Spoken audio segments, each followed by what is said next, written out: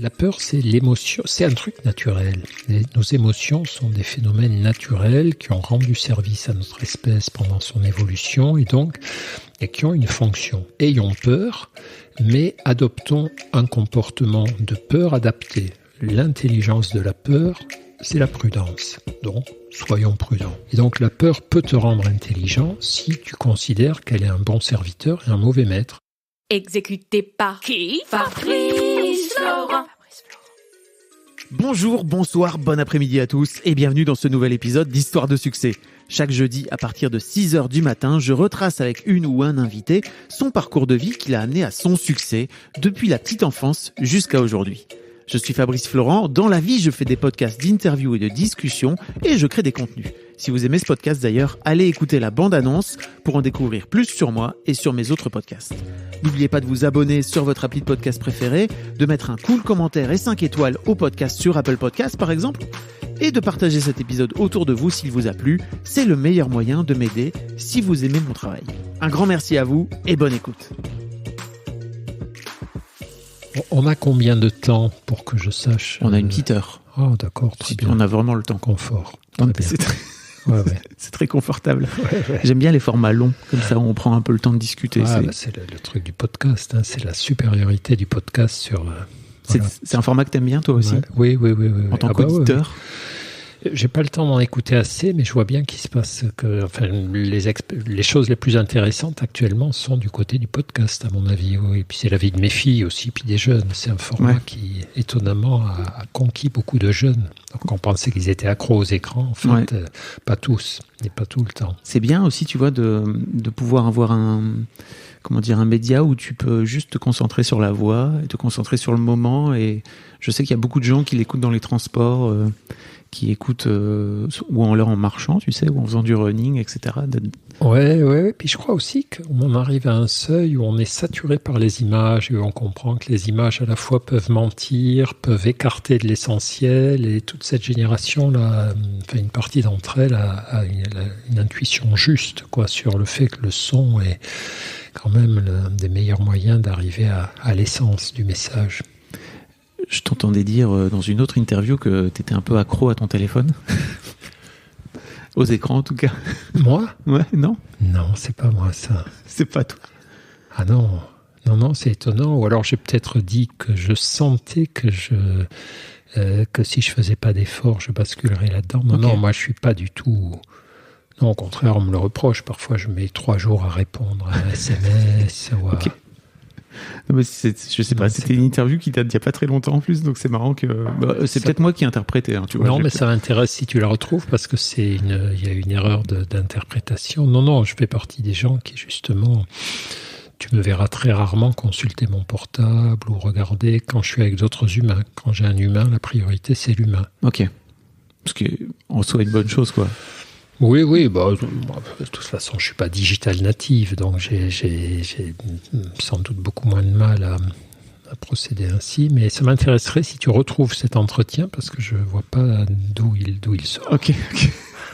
Encore une fois, c'est peut-être moi qui ai projeté, tu vois, ou effectivement, peut-être que tu as dit que tu sentais bien qu'il y avait un appel du téléphone et des écrans, en fait, et que tu pourrais te taper dedans. Mais c'est peut-être vraiment mon interprétation du moment quand je l'ai écouté, quoi. Christophe, je suis très, très heureux de t'avoir dans le podcast. On se parle parce que tu viens de sortir un livre dont on parlera un peu plus tard, qui s'appelle Consolation, avec un S, où tu parles de, justement, le chemin que tu as fait vers... En tant que thérapeute, vers l'idée de consoler, ou que tu avais mis, si je me trompe pas, de côté pendant très très longtemps, en tant que thérapeute, justement. Et je trouve, t'as pris ta retraite là il y a 1 an, c'est ça, 1 an, 2 ans? J'ai pris ma retraite de médecin hospitalier, oui, il y a 2 ans, et qui a été dictée en partie, d'abord parce que j'avais atteint l'âge où c'était possible, et aussi parce que j'ai eu ce cancer, cette maladie, donc qui m'a rappelé de façon un peu brutale que ma vie allait se terminer, ça tout le monde le sait, mais qu'elle risquait de se terminer plus tôt que je ne l'aurais prévu. Alors ça tout le monde ne le sait pas.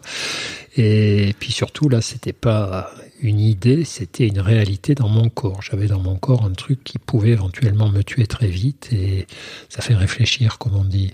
Et c'est fou de voir à quel point, en tant que patient, pour le coup, parce que tu es passé de l'autre côté de la barrière, tu t'es rendu compte que le fait que le personnel soignant vienne te voir et vienne te consoler quelque part, t'a aidé toi et t'a ramené aussi, t'a renvoyé aussi à ta figure de thérapeute, quoi.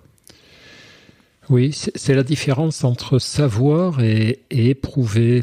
On a ça avec le réchauffement climatique, c'est-à-dire on s'est aperçu avec le réchauffement climatique qu'il ne suffisait pas de donner des chiffres aux gens, de leur donner du savoir sur le côté inexorable du réchauffement, mais qu'il fallait qu'ils le vivent dans des histoires personnelles, si possible, qu'ils voient la plage de leur enfance peu à peu recouverte par les eaux, qu'ils voient leur maison avec le toit arraché à cause des tempêtes qui n'existaient pas avant.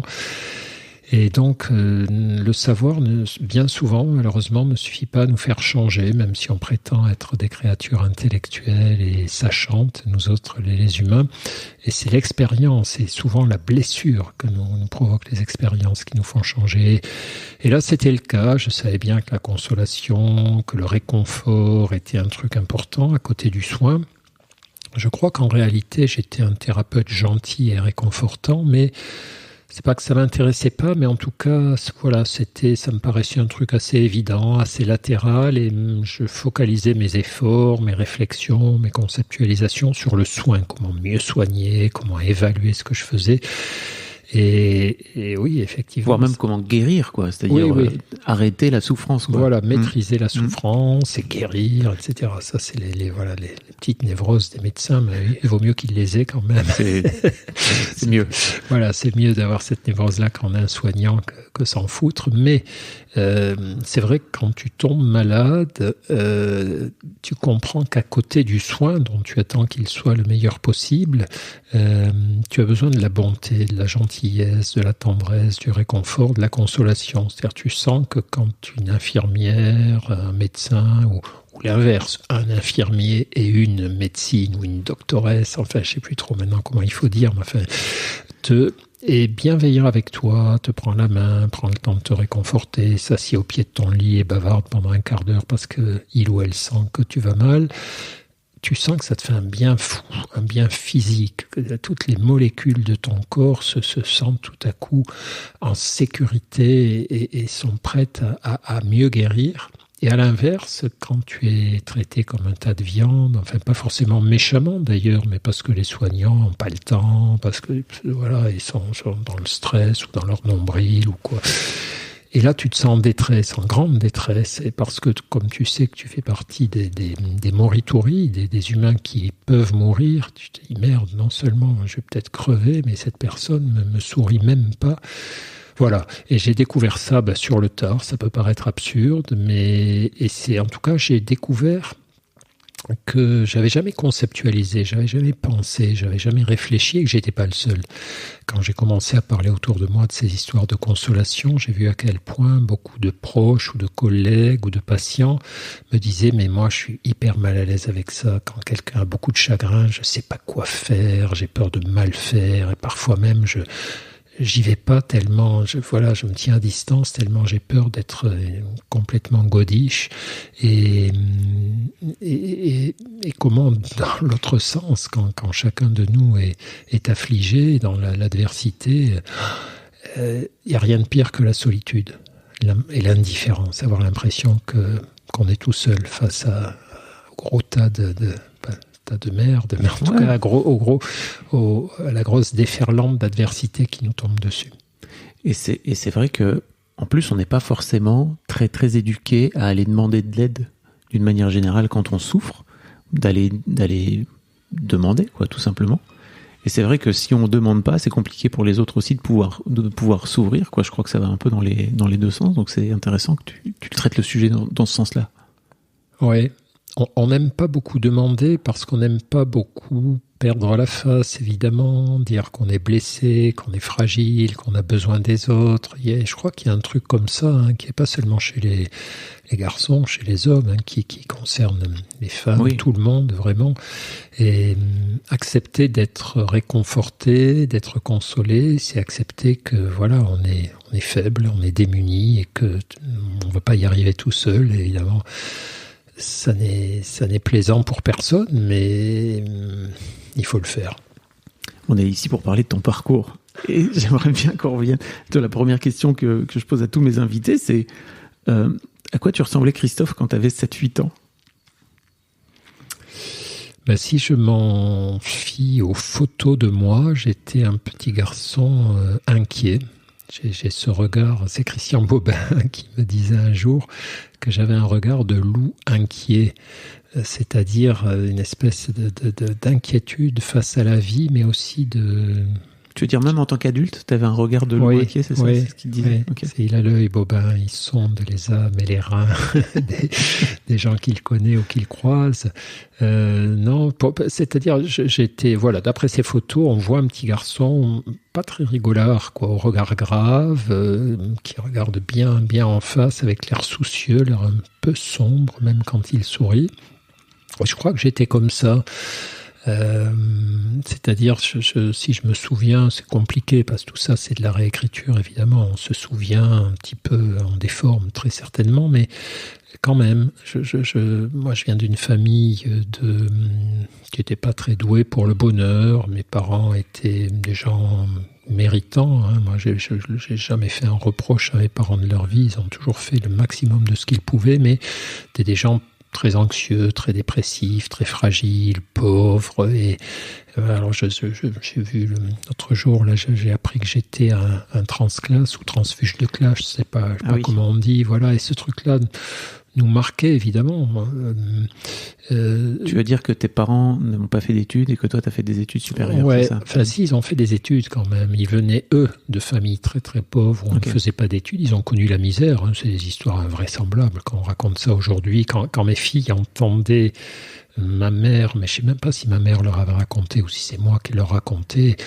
Elle leur racontait ce qu'était la misère, où elle vivait avec sa sœur et sa propre mère dans un taudis, où la nuit il y avait les rats qui venaient bouffer les quelques réserves de nourriture, où le copain de sa mère, un jour les flics sont arrivés pour le mettre en prison parce qu'il volait la nourriture. Enfin, c'est des histoires que les gamins d'aujourd'hui, qui sont dans des classes sociales un peu protégées, et comme l'ont été mes filles, ont du mal à comprendre. Mais moi, ces histoires-là, moi, j'ai pas vécu directement ça. C'est mes parents qui l'ont vécu, qui en sont sortis. Ma mère était institutrice, donc elle avait fait quand même des études, mais là aussi, où elle me racontait des histoires.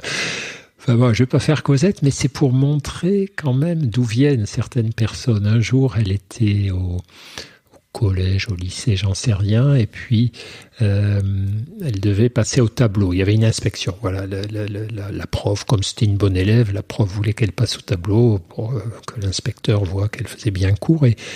Et ma mère avait son manteau sur les épaules. D'abord parce qu'il faisait un peu froid à l'époque, c'était après la guerre ou avant la guerre, je me souviens plus, oui, ça devait être à cette période-là.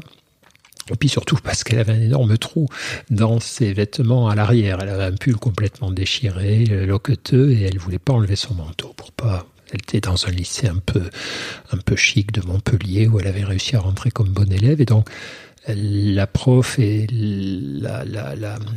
l'inspectrice lui disent « Mademoiselle, vous enlevez votre manteau quand même ». Et ma mère a pas voulu parce que elle voulait pas avoir la honte de sa pauvreté. Et donc, elle s'est fait renvoyer. Enfin, ça a été le cauchemar. Non, l'époque était dure quand même. Voilà. Et bon, donc j'ai grandi dans tout ça. Donc moi, j'ai pas connu la misère. J'ai connu la condition simple, on vivait en HLM et tous ces trucs-là. C'était absolument pas dramatique, mais je sentais bien quand même, avec certains copains de classe, etc., que je me suis battu une fois dans la cour de récré avec un gamin qui faisait des remarques sur ma façon d'être habillé, parce que j'étais habillé comme un pauvre, Et donc, ce truc m'a durci quand même assez tôt. Et voilà la tête que j'avais à 7 ans, un petit garçon un peu inquiet quand même, en se disant merde, la vie c'est pas facile, mais faut pas trop m'embêter non plus. Ça t'a durci dans quel sens ? Dans le sens du verrouillage émotionnel. Ouais, faut pas montrer tes faiblesses parce que les gens qu'il y a autour de toi, que ce soit tes faiblesses sociales, tes faiblesses émotionnelles, tes faiblesses intellectuelles, t'es pas à ta place, donc on te le pardonnera pas. Je crois rétrospectivement que je me suis trop monté sur ce truc-là. Mon père me chauffait aussi beaucoup sur ce registre-là, en me disant, tu sais, la vie, c'est un combat, personne te fera de cadeau, tu dois, il m'a pas dit que tu dois te méfier de tout le monde, mais en tout cas, sois pas trop naïf. Donc, du coup, voilà, j'étais marqué par ça pendant longtemps. La bonne transmission entre mecs montre pas trop tes la émotions. Bagarre, ouais, prépare-toi à la bagarre. La vie, ça va être la bagarre. Et mon père, il était parti de chez lui, il était orphelin, et il avait sa mère encore, il était parti à 14 ans comme mousse, dans la marine, il foutait le charbon dans les chaudières du bateau à 14 ans, enfin bref, voilà. Une autre époque, ouais. Oui, notre époque, mais pas si lointaine, en fait. Non, pas si lointaine. T'as 65 ans. Moi, j'ai 65 ans, voilà. Donc mes parents ont grandi, eux, dans les années 30. Enfin, c'était quand même le siècle dernier. Comme tu dis. Mais c'est vrai que ça a été à toute vitesse, là, en l'espace de 50 ans. Il y a un moment donné où tu découvres Freud, c'est ça qui t'ouvre un peu on va dire, à la magie de ce qui se passe dans le cerveau?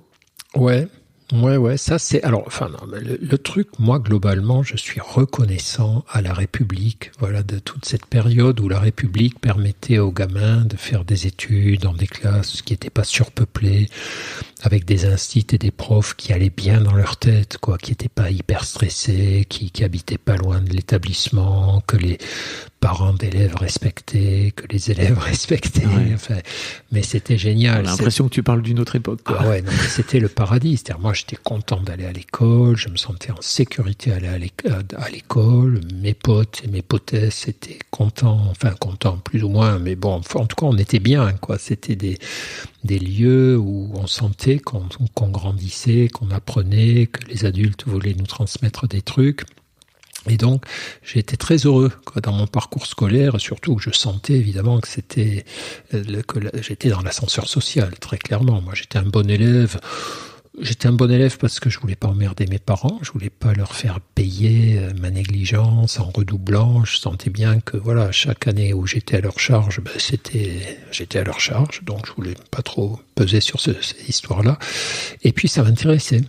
J'adore le savoir, j'adore apprendre, bon, bref. Donc, pour moi, les études ont été un truc distrayant, plaisant. Je te coupe, mais tu avais vraiment conscience que tu étais dans l'ascenseur social à ce moment-là, par rapport à l'histoire de tes parents, etc. C'est un truc que tu conscientisais déjà à l'adolescence ? Peut-être pas si clairement, mais j'entendais quand même souvent... à table ou en famille, ce qu'on disait aux enfants de l'époque, c'est si tu fais pas d'études, tu finiras balayeur, quoi. Donc le balayeur de notre village, il était sympa comme tout, mais je voyais bien que c'était quand même, il avait des limites, quoi. Et puis c'était pas tout à fait la vie qui m'intéressait. Donc non, c'était peut-être pas ce terme d'ascenseur social, mais en tout cas, je voulais faire un boulot je voulais réussir dans mes études. J'avais pigé que faire des bonnes études, c'était la sécurité matérielle, voilà, puisqu'il y avait quand même aussi la peur de retomber dans la pauvreté, qui a toujours été très forte, quoi, dans la vie de mes parents et dans la mienne jusqu'à un certain point, étonnamment. Enfin bref, donc j'arrive juste... C'est des choses qu'on récupère de nos parents, hein, qui sont transmises de génération en génération. C'est très très dur de s'en libérer, je crois. Bien sûr. Et en tout cas, j'arrive en terminale scientifique, puisque j'étais bon en maths, j'étais bon en tout parce que je travaillais tout, donc je voulais pas d'ennui. Et puis il y avait un truc aussi, oui, certainement, je voulais pas faire de peine à mes professeurs. Je voulais pas, moi, un truc qui a été toujours un fil rouge dans ma vie, il faut pas décevoir les gens qui t'ont donné des choses, les gens qui t'ont fait confiance, les gens qui t'ont donné quoi que ce soit, ne les déçois pas. Et donc, pas décevoir les profs, pas décevoir mes parents. Grosse pression, hein, ça. Ouais, j'avais aussi peur de me faire engueuler par les profs. C'était à la fois la déception et puis oui, je voulais pas être embêté par la scolarité. Je voulais pas être. Donc j'avais compris qu'en étant bon élève, en ayant des bonnes notes partout, j'avais la paix. On me laissait tranquille et je décevais pas, etc., etc. Donc j'étais dans les classes scientifiques et je devais devenir ingénieur. C'était l'époque où on envoyait des fusées sur la Lune, où voilà, je me souviens de la soirée où on a vu marcher le premier homme sur la Lune et tout. Donc tous les garçons qui étaient bons à l'école et dans les classes scientifiques étaient destinés à devenir ingénieurs. Moi j'étais dans la région toulousaine. Donc vers Toulouse en plus. Bah ouais, l'aérospatiale. Je sais même pas si Airbus existait déjà à l'époque. Mais en tout cas, voilà, les avions, les fusées. Et puis en terminale, on a notre cours de philo, là, comme tous les élèves de terminale. Et puis en cours de philo, on nous parle de Freud. Et on nous dit qu'il faut lire, je ne sais plus, c'était l'introduction à la psychanalyse ou la science des rêves ou psychopathologie de la vie quotidienne, enfin un bouquin de Freud. Et là, le choc de ma vie, quoi. Je tombe à la renverse je découvre la psychologie.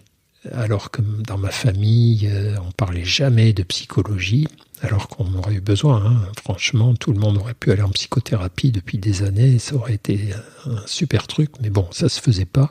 Globalement, dans beaucoup de familles, il y aurait besoin.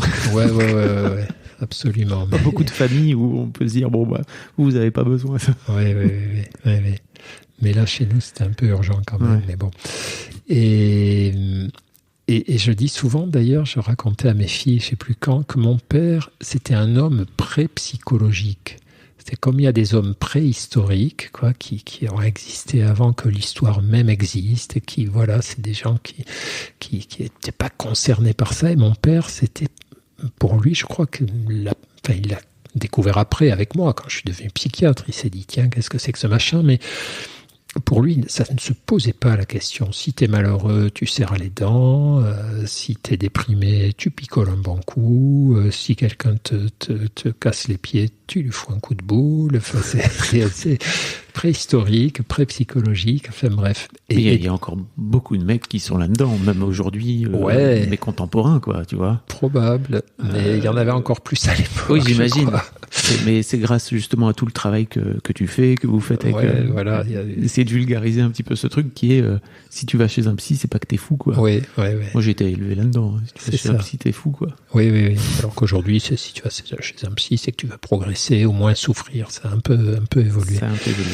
Mais donc, je trouve ce Freud génial, d'abord parce que je découvre un univers, et puis ensuite parce que le mec est bon quand même. Freud, c'est un très bon écrivain. Alors, j'en suis revenu après, parce que sur le plan scientifique, évidemment, ça tient moins la route qu'on ne le croit, mais ce type tu sais que le seul prix qu'a reçu Freud, et Freud rêvait du prix Nobel, évidemment, mais il ne l'a jamais eu, et c'est mieux qu'il ne l'ait jamais eu. Je pense que il a déjà eu beaucoup d'influence, hein, déjà. Oui, voilà. Et puis ce qu'il a eu comme notoriété valait plus que beaucoup de prix Nobel qu'on a oubliés aujourd'hui. Mais il a reçu quand même un prix dont je crois il était assez fier. C'est le prix Goethe, le prix qu'on décerne tous les ans au meilleur écrivain de langue allemande.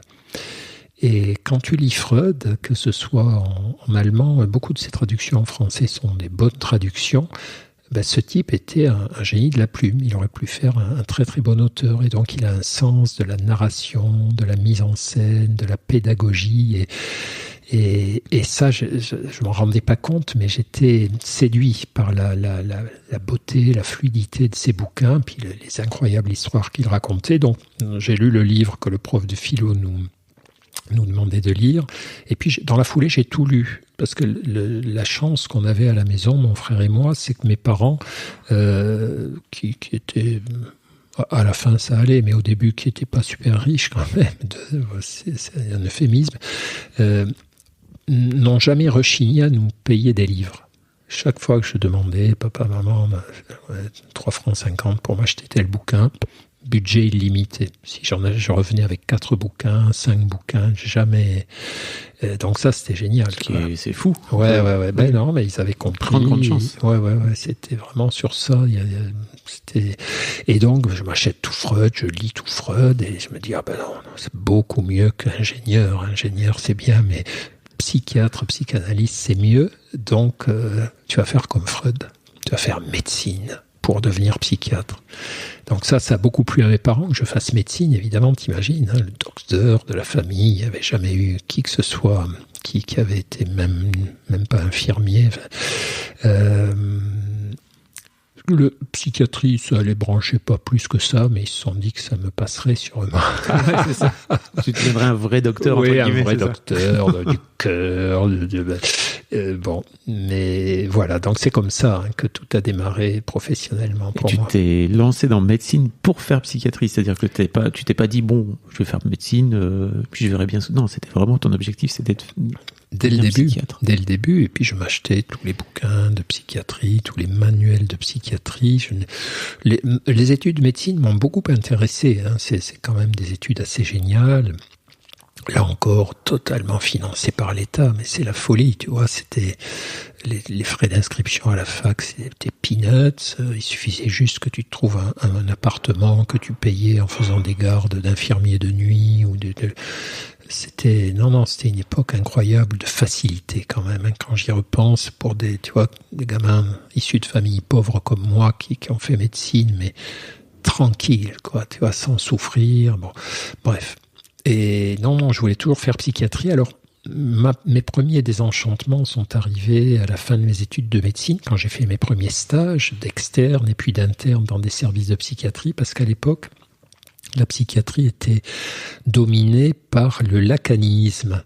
Et le lacanisme, c'est vraiment un truc bizarre. C'est Jacques Lacan c'était la star à l'époque, et tout le monde était lacanien, ou presque, ou psychanalyste. En tout cas, pour être psychiatre, il fallait devenir psychanalyste.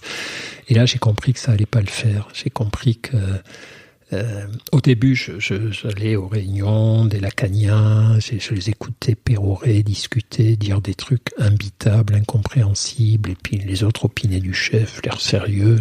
J'avais l'impression d'être le dernier des cons, d'être trop peu intelligent pour être psychanalyste. Puis donc, je me suis un peu accroché. Puis, au bout d'un moment, je me suis dit, mais est-ce qu'ils sont si intelligents que ça, ou est-ce qu'ils sont juste abscons, obscurs? Est-ce qu'ils chérissent une forme de pensée qui ressemble à un nuage de brouillard, mais est-ce que derrière ce nuage de brouillard il y a des vrais trucs ou non? Et puis je décidais de renoncer à répondre à cette question. Je voyais bien qu'il y en avait qui étaient vraiment brillants, mais d'autres qui n'étaient pas du tout brillants, mais que tout le monde parlait ce sabir incompréhensible. Et puis surtout, je les ai vus à l'œuvre avec les patients.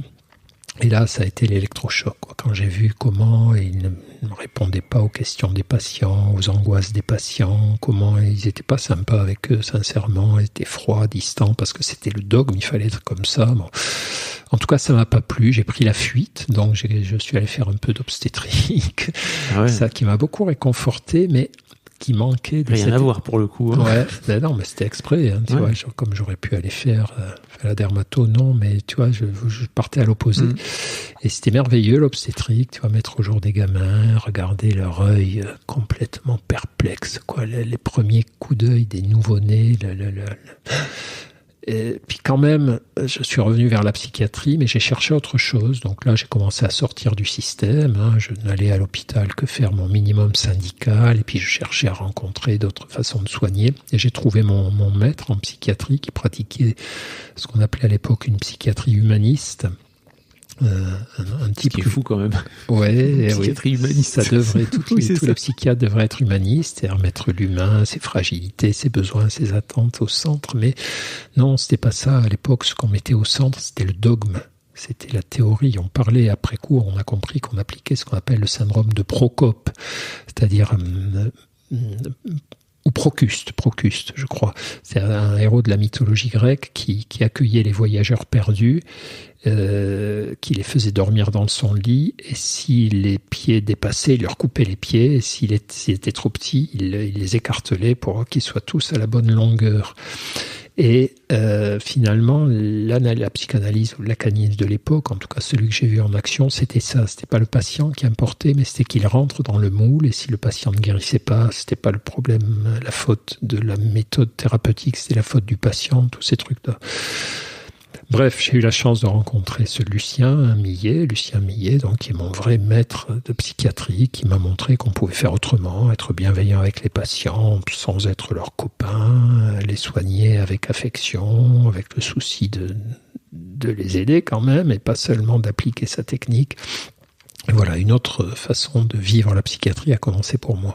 Et c'est à peu près à ce moment-là que tu découvres aussi la thérapie comportementale et cognitive ou... Oui, c'est dans tout. C'est quand je cherchais, parce que cette thérapie humaniste, évidemment, elle était très belle, mais c'était plutôt un état d'esprit. Et donc, tu aboutissais quand même à prescrire beaucoup de médicaments malgré tout en étant à l'écoute, en donnant des conseils, en essayant de guider.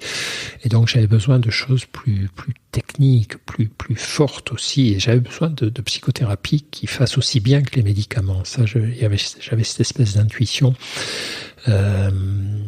Et donc j'ai cherché, j'ai fait de l'hypnose, j'ai fait des thérapies familiales, j'ai fait à peu près tout. Et puis tout m'intéressait, mais rien ne me convenait vraiment. J'avais toujours le sentiment que c'était pas en adéquation avec ma façon de voir les choses. Et puis un jour j'ai trouvé les thérapies comportementales, qui sont en gros des thérapies empiriques où au fond tu peux tout faire à condition que tu vérifies.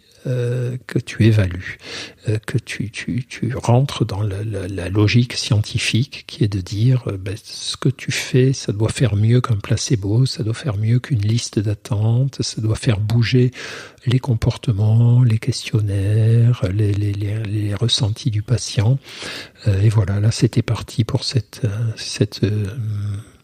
logique plus rigoureuse que ne l'était à l'époque la psychanalyse. Pour les gens qui ne connaissent pas les thérapies comportementales et cognitives, qui sont aussi appelées TCC, c'est vraiment basé sur la façon dont le patient se représente le réel et aussi c'est les comportements qui vont avec par rapport à ça. Ouais, elles sont assez difficiles à définir, mais en gros, pour donner un exemple, c'est que tu prends ce que te dit le patient au sérieux. Si le patient te dit « je suis vraiment emmerdé par ma phobie, j'arrive plus à sortir de chez moi » ou « je suis accro, je suis toxico, je voudrais arrêter cette substance », tu dis « ok, voilà, donc quel serait l'objectif ? Ça serait de sortir de chez vous. Ok, donc on va faire ça par étapes. Le premier jour, il faudrait que vous fassiez 5 mètres dans la rue, le deuxième 20 mètres, et puis je vais vous accompagner, parce qu'au début, vous allez avoir très peur, ça fait 30 ans que vous ne l'avez pas fait, et puis je vais vous apprendre une technique pour... en respirant de telle façon, en vous disant tel truc, au moment où vous faites ces exercices, ça va vous aider. Mais tout ça, on va l'évaluer. C'est-à-dire, je vais vous faire passer les questionnaires avant-après. Je vais regarder combien de pas vous pouvez faire dans la rue avant que la crise de panique arrive. Et puis, dans 3 mois, on verra si vous allez mieux ou si vous n'allez pas mieux. Si vous allez mieux, on continue. Si vous n'allez pas mieux, vous irez voir quelqu'un d'autre. Enfin, c'est plutôt un état d'esprit où tu es avec ton patient dans la collaboration.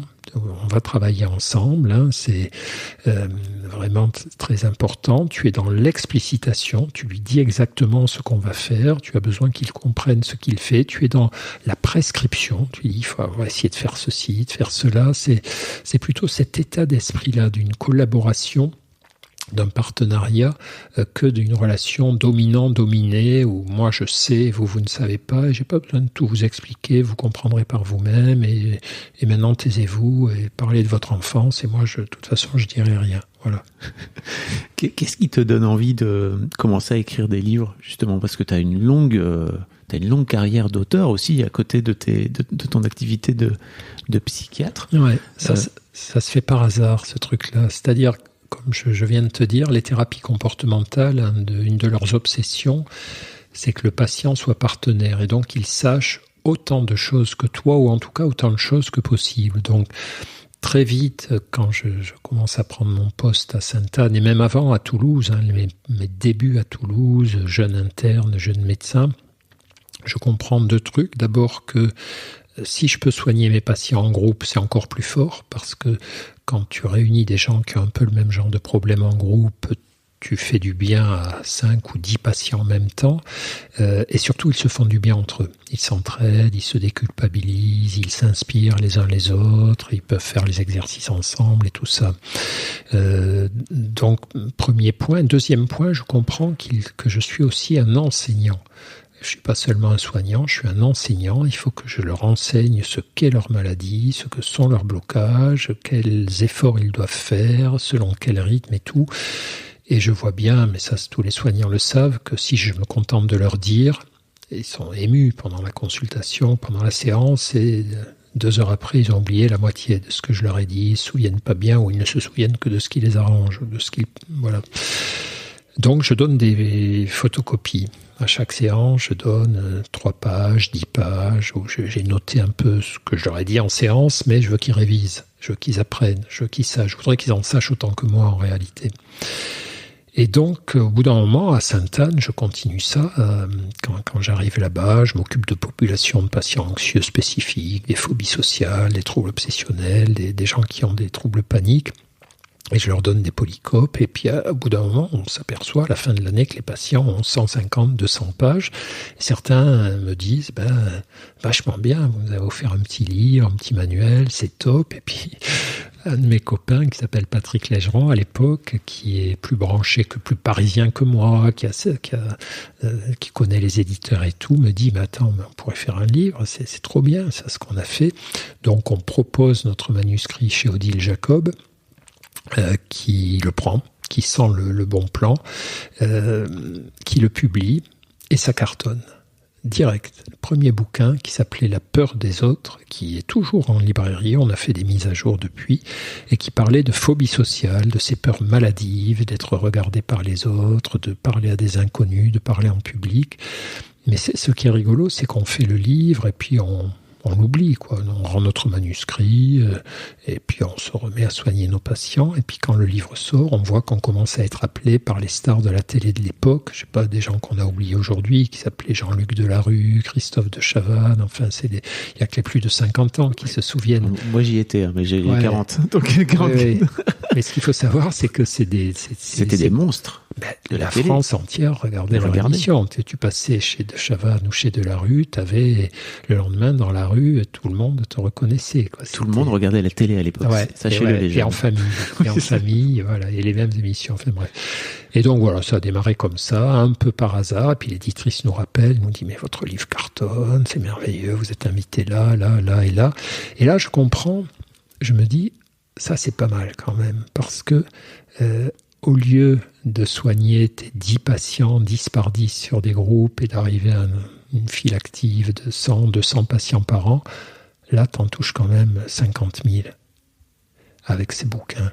Et donc, tu démultiplies ton message. Parce qu'à l'époque, il y avait une guerre aussi, un petit peu d'influence au sein des chapelles psychiatriques, quoi. Il y avait les psychanalystes qui défendaient leur bout de gras, qui disaient que ce qu'on faisait, c'était de la daube. De notre côté, on disait, ouais, mais faites pas les malins, parce que ce que vous faites, c'est une autre forme de daube. Et donc, chacun essayait d'étendre, quoi, son influence, et surtout nous, qui étions un peu comme une famille, tu sais, t'avais le vieux grand-père fondateur qui était Freud, t'avais ses descendants, là, ses premiers descendants qui étaient les psychanalystes, et nous on était les petits derniers.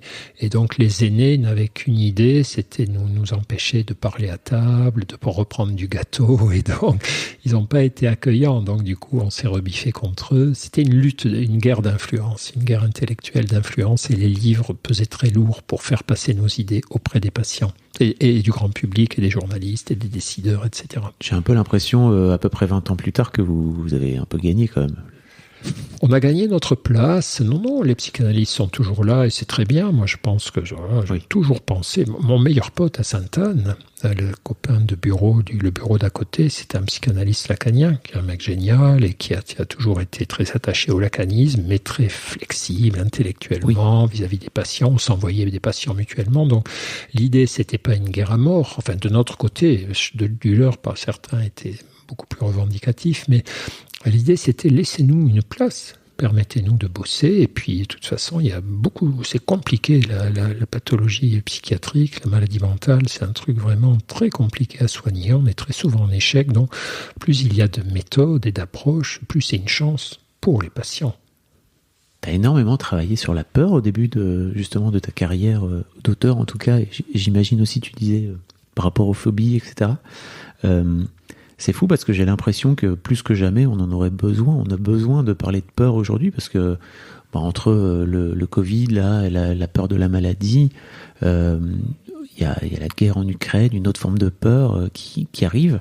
Je sais pas quel est ton regard en fait sur justement, j'ai un peu l'impression vraiment qu'il y a une chape de peur là qui s'est mis en place depuis quelques années chez nous là. Moi j'ai un regard un peu particulier, c'est-à-dire je pense que la peur c'est très bien.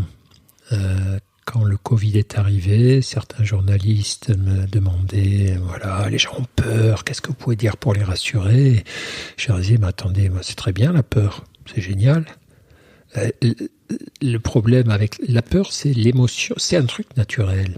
Nos émotions sont des phénomènes naturels qui ont rendu service à notre espèce pendant son évolution et qui ont une fonction. La peur, c'est la réaction, souvent intuitive, qui précède notre analyse intellectuelle des situations.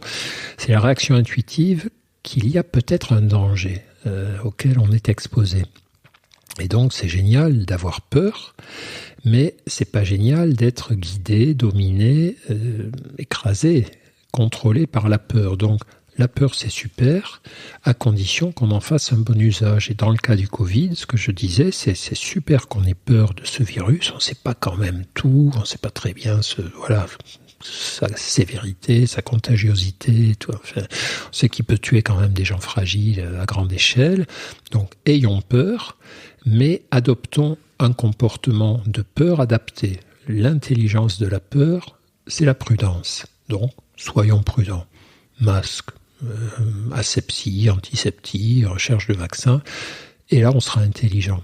Et donc la peur peut te rendre intelligent si tu considères qu'elle est un bon serviteur et un mauvais maître. Elle est un bon serviteur, elle t'alerte sur un danger potentiel, mais il n'est pas question que toute ta vie soit régentée et appauvrie par ce danger. Et il s'agit juste que tu en tiennes compte. Les histoires de Poutine et compagnie, là maintenant l'invasion de l'Ukraine, la Troisième Guerre mondiale peut-être, c'est peut-être aussi qu'on n'a pas eu assez peur. Rétrospectivement, on se dit, mais ce type, il est terrifiant. Mais on ne voulait pas le reconnaître. On s'est dit, non, mais faut pas s'affoler, on va le raisonner, on va le contaminer par notre démocratie, etc. Ça aurait peut-être été mieux qu'on ait un petit peu plus peur de lui, qu'on ait eu à l'époque un peu plus peur de Hitler. Donc voilà ce que je pense de la peur. Je pense que c'est exactement ce qu'on explique à nos patients quand ils ont des phobies. On leur dit, la peur, c'est pas votre ennemi. Le problème, c'est si elle vous paralyse, si elle contrôle tous vos comportements, mais agir avec la peur, agir avec prudence, en fonction de vos limites, c'est ça l'objectif, c'est pas de la supprimer. Quand tu soignes un phobique des araignées, quelqu'un qui peut pas voir une araignée même en photo, s'il y en a une chez lui, il peut même pas l'écraser, il est obligé d'appeler les pompiers. Le but, c'est pas de le rendre philique, de lui faire aimer les araignées. Le but, c'est qu'il ait une peur mesurée, c'est-à-dire qu'il soit capable de l'écraser, mais pas forcément pieds nus, qu'il n'aime pas les fréquenter, mais on ne veut pas qu'il ait plus peur des araignées, on veut plus qu'il ait une peur phobique. Après, j'ai l'impression que ton domaine de travail, ça a été autour du bonheur et de l'estime de soi. J'aimerais bien savoir ce qui t'a amené à venir focaliser. Pour le coup, t'as fait pas mal d'ouvrages dessus. Ouais. Il y a une motivation officielle, c'est le soin aux patients. C'est-à-dire que quand même, ça c'est vrai qu'au bout d'un moment, j'ai compris qu'on était trop dans le soin et pas assez dans la prévention. Qu'une fois que tu avais aidé quelqu'un à se sortir d'une dépression, d'une toxicomanie, d'une phobie sévère, que sais-je encore, tu avais fait la moitié du boulot. Et qu'après, ta préoccupation devait être comment faire pour que la personne ne rechute pas, n'y retombe pas, parce que presque toutes les souffrances psychologiques ont une forte propension à la rechute. Et d'ailleurs, c'est ce que reprochaient les psychanalystes au début, aux comportementalistes. Ils disaient, vous visez trop le court terme, et le symptôme soit se transforme, soit revient. Alors ils l'expliquaient avec leur théorie à eux, qui était que tant que t'as pas réglé le problème de fond, ça ne peut pas s'arranger, à part que ils n'arrivaient pas non plus, eux, à régler ce problème de fond, mais ça c'est un autre dossier, et puis que parfois il n'y a pas de fond, c'est beaucoup plus compliqué que ça, mais en tout cas c'était vrai, quoi, que il faut vraiment toujours se dire, tu as aidé la personne à moins souffrir, maintenant comment tu peux l'aider à construire des équilibres de vie, des façons de penser, de raisonner, de ressentir, de se comporter qui vont être protectrices. Et là, très vite, j'ai vu qu'il y avait une grosse littérature scientifique sur les émotions positives, la psychologie du bien-être, et qu'au fond, les personnes qui étaient capables, pas forcément d'être heureuses à jet continu, mais qui étaient capables de savourer le quotidien, qui ne voyaient pas le quotidien que comme une suite d'adversités ou que comme une suite d'efforts douloureux, qui ne voyaient pas le genre humain que comme une meute de prédateurs, mais aussi comme des gens qui pouvaient révéler le meilleur d'eux-mêmes, être aidants ou aimants. Ces gens-là, qui étaient capables de construire, d'extraire du quotidien des choses plaisantes, bénéfiques, réjouissantes, résister mieux à l'angoisse, résister mieux à la dépression, résister mieux d'ailleurs à toutes les maladies, mais ça c'est un autre débat. Et donc c'est là que j'ai commencé à m'intéresser à ces questions de bonheur, à me dire mais au fond, oui on peut par exemple faire des groupes de psychologie positive où on va aider nos patients dépressifs à réfléchir à la manière dont ils traversent nos journées. Quand ils traversent un parc public, est-ce qu'ils le traversent en pensant à leurs soucis ou est-ce qu'ils sont capables de se poser sur un banc, de s'arrêter 5 minutes et de se dire là, c'est top. J'entends les oiseaux chanter, il fait beau, je respire. Alors, j'ai plein d'emmerdements qui m'attendent. J'en ai plein dans ma vie, mais là, quand même, ça serait trop con de ne pas me réjouir de cette petite parenthèse, de cette petite virgule, parce que ça va me donner la pêche pour la suite. Et j'ai compris rapidement il y a une phrase de Paul Claudel que je cite volontiers, que le bonheur, c'était un outil formidable pour lutter contre le malheur. Claudel, il écrit « Le bonheur n'est pas le but, mais le moyen de la vie ». C'est-à-dire que c'est le moyen de faire face à tout ce qui ne va pas dans nos vies. Chercher à être heureux, c'est pas espérer que le malheur ne nous frappe plus, ou c'est pas vouloir devenir aveugle au malheur, c'est se dire que le malheur ne nous lâchera jamais. L'adversité ne nous lâchera jamais. Et que si on n'a pas la pêche, si on n'a pas l'énergie que nous donnent les instants heureux, ou la perspective d'instants heureux, ou le souvenir d'instants heureux, si on n'a pas cette énergie-là, on n'y arrivera jamais. Et c'est ce qui arrive aux dépressifs. Quand tu es déprimé, tu perds la capacité au bonheur. Plus rien ne te rend heureux. Tes enfants te rendent plus heureux, le soleil ne te rend plus heureux, une bonne bière avec tes potes, ça te rend plus heureux. Et donc, il ne te reste que l'adversité, et tu te dis, mais pourquoi je m'emmerderais à vivre ? Rien ne me rend heureux, et je vois à l'horizon des tas d'ennuis qui vont s'accumuler, des grands, des petits, à la fin, je meurs. Et donc, le bonheur, c'est ça. Le bonheur, c'est le carburant pour faire face à ce qu'est aussi la vie. La vie, c'est vieillir, mourir, dans l'ordre. Souffrir, vieillir, mourir. Et si tu n'ajoutes pas à cette séquence plein de moments de bonheur, d'admiration, d'émerveillement, de rigolade, de déconnade, etc., eh bien, il ne te reste que la partie douloureuse, et donc, voilà, c'est pas la peine, quoi. C'est tellement important. Et tu as aussi énormément travaillé sur le fait de se sentir libre. Et je trouve que c'est vraiment un sujet tellement important de réfléchir à, en fait, de quoi j'ai envie, moi, au fond. C'est pareil, qu'est-ce qui t'a donné envie d'aller creuser ce sujet ? T'as l'impression que t'avais des patients qui étaient très enfermés dans...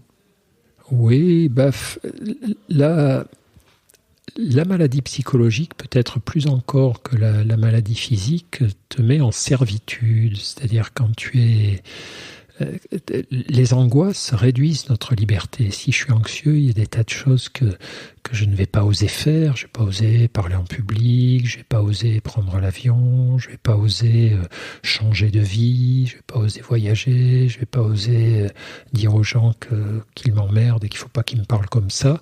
Et donc je suis esclave de mon environnement. Je peux être aussi esclave de mon passé, parce que j'ai reçu tel type d'éducation, parce que j'ai vu mes parents vivre de telle manière, je suis enchaîné à ses repères et je n'arrive pas à m'en affranchir. Donc la question de la libération intérieure, plus que de la liberté d'ailleurs, parce que la liberté dans l'absolu c'est un truc vraiment compliqué, tu vois, le grand débat des philosophes, bien sûr, la liberté, mais ma liberté, il faut aussi qu'elle respecte la liberté des autres, ma liberté de dire tel ou tel truc, est-ce qu'elle ne heurte pas la liberté de mes interlocuteurs de souffrir s'ils entendent ce que j'ai envie de dire, enfin.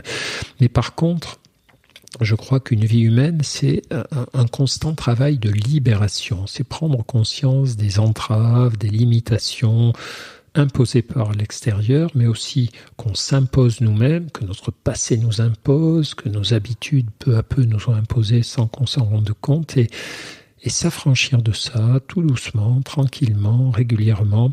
Savoir que sans effort, on retombe sans arrêt dans les chaînes du passé, de l'environnement, du présent, de l'endoctrinement, de l'idéologie, de la paresse, de la rigidité, enfin bref. Donc c'est un boulot constant, mais réjouissant parce que c'est intéressant et puis on respire mieux finalement. C'est clair. On n'a plus de temps, Christophe. J'aurais adoré te lancer sur la méditation. Enfin, bref, il y avait plein de choses dont on aurait pu causer. Un grand merci à toi, en tout cas, pour ta disponibilité. Je mettrai les liens pour les gens qui veulent découvrir ton travail, qui ne connaissent pas peut-être. Comment ça, c'est impossible. Dans les notes de cet épisode. Et puis, je te remercie beaucoup pour ton temps et ta disponibilité. C'était un plaisir de parler de façon spontanée comme ça. Merci beaucoup pour votre écoute. Avant de nous quitter, si vous avez aimé ce podcast et cet épisode, merci de lui mettre un commentaire sur Apple Podcasts et 5 étoiles de préférence. C'est le meilleur moyen de le faire connaître. Vous pouvez faire comme Macha Chose qui a écrit: comme toujours avec les podcasts de Fab Florent, on a l'impression d'être une petite souris. Les invités sont intéressants, tout comme leur parcours de vie. On rit, on s'interroge, on apprend, et on apprend aussi sur soi. Merci Fab, tes podcasts sont inspirants. Merci beaucoup, ça fait plaisir. Et si vous voulez faire comme elle, vous vous rendez sur Apple Podcasts et vous cherchez Histoire de succès directement dans votre appli ou sur votre ordinateur. Merci beaucoup à vous et rendez-vous jeudi matin à la même heure à partir de 6h du matin dans votre appli de podcast pour un nouvel épisode d'Histoire de succès.